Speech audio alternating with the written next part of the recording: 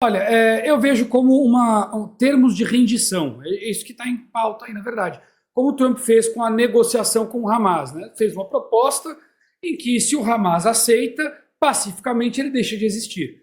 É obrigado a se entregar, ganha anistia para aqueles que estavam lá, entrega os reféns e não participa da recomposição da faixa de Gaza. Não tem participação em outros países, no fim da história é uma rendição em bons termos. Ou, se não cumpre o acordo ou não aceita, então justificou a sua extinção completa.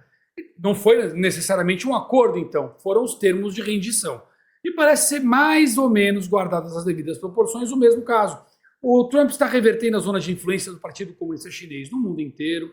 A reversão do ponto de vista econômico exacerbou uma crise econômica chinesa severa, de longa data, uma bolha inflacionária que estava oculta, com sinais de deflação pelo congelamento do mercado interno, a quebradeira das empresas chinesas, o cancelamento do cinturão em rota e a exposição das desonestidades estatais do Partido Comunista Chinês, seja por descumprimento de acordos de proteção ambiental, descumprimento de acordos de direitos humanos, a possibilidade de sabotagem naquilo que a China vende ou fornece para o Ocidente, enfim, então, espionagem. Então há uma retração clara, e isso, o que era algo a ser analisado, percebido, tornou-se explícito no que diz respeito ao Partido Comunista Chinês. O governo brasileiro é o principal parceiro da China, não esconde isso. Quando eu digo regime brasileiro, aliás, eu me refiro tanto ao braço político, que diz se inspirar no Partido Comunista Chinês, como também o Supremo Tribunal Federal, e que o Gilmar Mendes diz com todas as letras: todos nós aqui admiramos o regime de Xi Jinping, do Partido Comunista Chinês, e nenhum dos ministros, em sessão, o corrigiu. Pelo contrário, a única correção foi pontual sobre a frase citada. Não, essa frase é do Deng Xiaoping. Esse aqui é o grande negócio. Então, há um alinhamento direto, e só isso já daria uma visão mais ampla de para onde os Estados Unidos vão. Mas é muito mais do que isso, o que está na mesa. Veja que o fato de ele não ter citado o nome de Jair Bolsonaro a esta altura é irrelevante. Jair Bolsonaro está no termo formal, está por escrito. Com relação àquilo que os Estados Unidos esperam do governo brasileiro para a pacificação, já deixou claro também, é a retirada dos indivíduos que abusaram dos direitos humanos, que violaram direitos nos Estados Unidos. Sem isso, não vai ter acordo.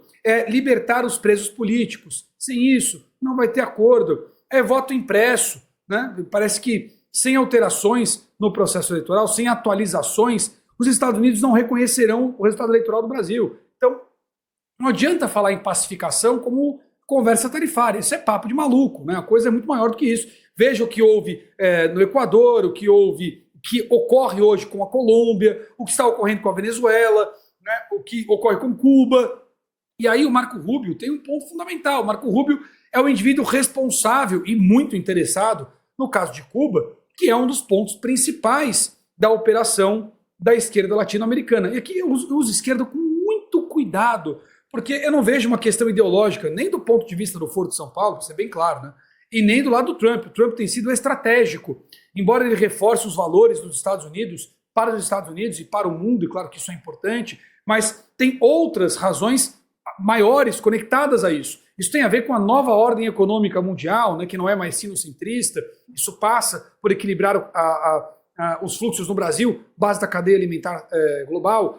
Isso tem a ver com a reorganização da política internacional, que sai daquele papo do multilateralismo, volta para relações bilaterais, sobre todas as perspectivas, sobre o compromisso com o cumprimento do direito e dos acordos. Então, tudo isso passa por reverter a zona de influência no Brasil, e claro que ele tem demonstrado as ferramentas pelas quais promove isso. Então a gente tem a investigação da seção 301, em que inclusive investiga a corrupção como uma ferramenta de Estado, no caso do Brasil, é essa basicamente a acusação dos Estados Unidos. A gente tem o caso da Odebrecht, do BNDES, inclusive envolvendo Cuba, tanto na retomada agora da investigação da Odebrecht, como inclusive na sanção dos mais médicos, lá da primeira vez. Quer dizer, parece que os Estados Unidos enxergam o Brasil como um país que usa a estrutura do Estado para normalizar fluxos financeiros ligados ao crime. Então, se a gente vê a Venezuela como um narco-estado, parece que os Estados Unidos veem o Brasil como um corrupto Estado.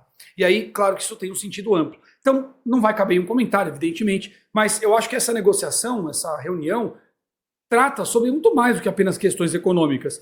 É claro que ajustes pontuais podem surgir sim, por exemplo, que diz respeito ao café ou algo do gênero, mas o momento para os Estados Unidos nem é mais tão sensível assim, graças aos democratas que congelaram o orçamento dos Estados Unidos e criaram uma justificativa pública e autoexplicativa para as dificuldades internas. Então, se havia uma narrativa para explorar eventuais impactos internos, com esse congelamento, com o shutdown do governo americano em curso, isto reverte as narrativas e muda a zona de pressão para os Estados Unidos. Então, eu enxergo aí uma aproximação para um acordo de rendição, em termos de rendição, e não um acordo para que beneficie o regime brasileiro, até porque seria uma contradição enorme, né? Os Estados Unidos vão lá e o Trump coloca por escrito quais são os problemas, coloca como defensor ético e moral da liberdade e depois vai lá negociar isso aí por café. Não dá. Aí ele seria igual àquilo que ele estava condenando. Então, do ponto de vista, inclusive, da imagem do Trump